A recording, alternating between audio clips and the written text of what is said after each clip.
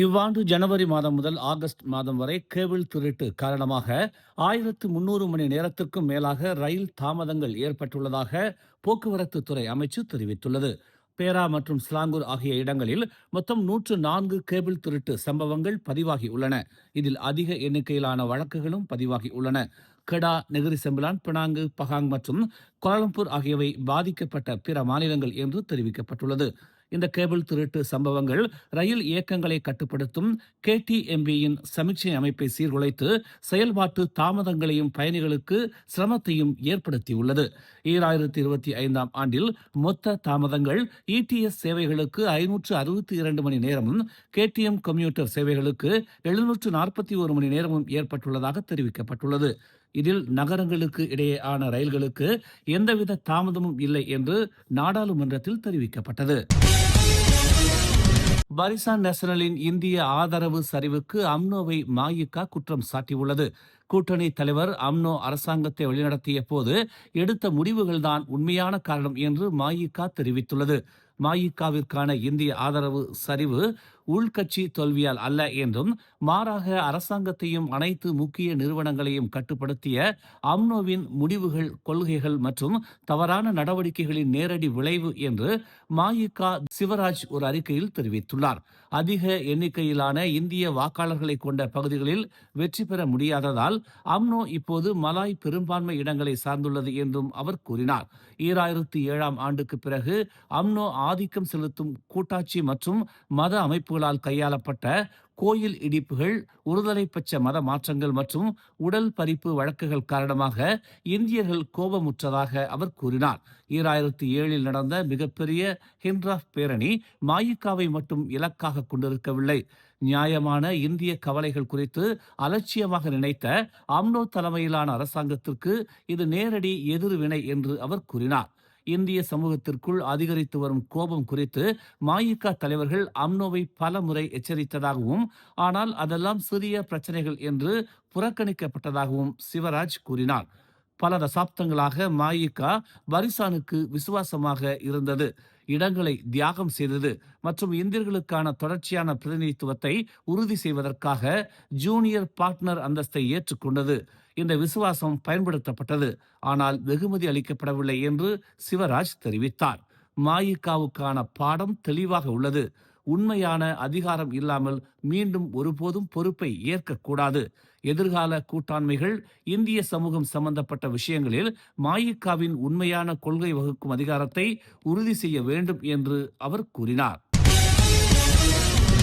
பிரதமர் Datuk Seri Anwar Ibrahim இளம் மலேசியர்களையும் ஆப்பிரிக்கர்களையும் தங்கள் சொந்த பலங்களின் அடிப்படையில் நீதியான மற்றும் முற்போக்கான எதிர்காலத்தை பாதுகாக்க நீடித்து வரும் காலனித்துவ மனநிலை மற்றும் ஏகாதிபத்திய கலாச்சாரங்களில் இருந்து உணர்வு பூர்வமாக விடுபடுமாறு வலியுறுத்தியுள்ளார்.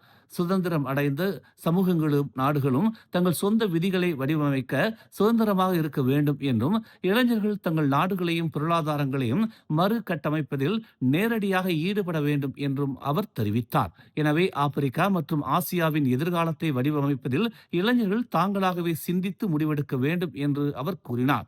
தேசிய வளர்ச்சியில் இளைஞர்களின் பங்களிப்பின் முக்கியத்துவத்தை அவர் எடுத்துரைத்தார். அத்தகைய மனநிலை மிகவும் முக்கியமானது என்று அவர் கூறினார்.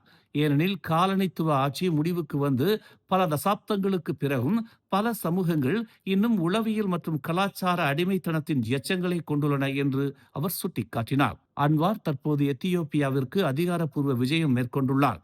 அங்கு நிகழ்த்திய உரையில் அன்வார் இதனை தெரிவித்தார்.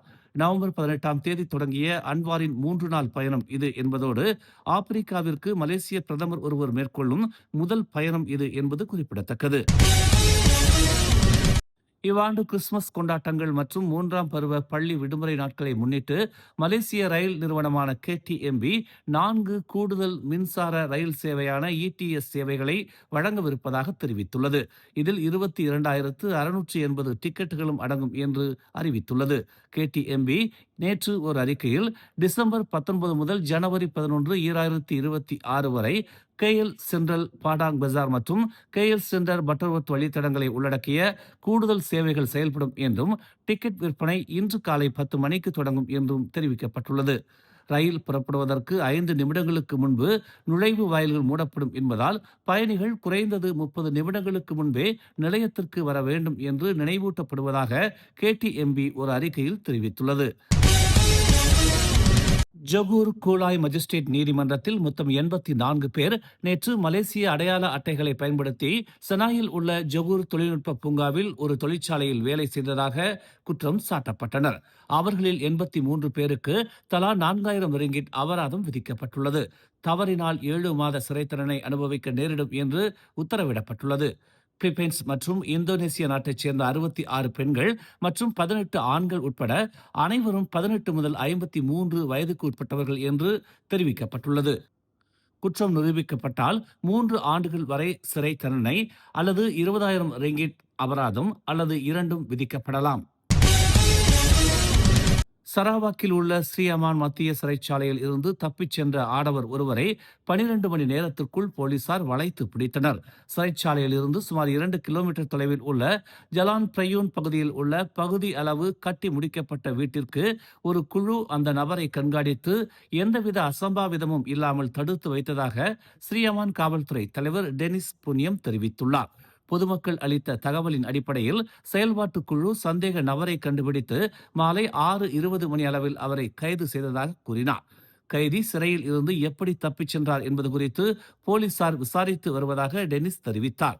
இந்த வழக்கு தண்டனை சட்டத்தின் பிரிவுகள் 223 மற்றும் 224 கீழ் விசாரிக்கப்படுகிறது.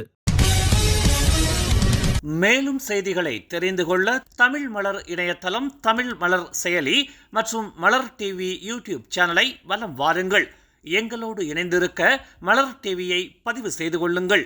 உறவுகள் மகிழ்ந்திட விருப்பம் மற்றும் பகிர்வு சேவையை சொடுக்கிடுங்கள்.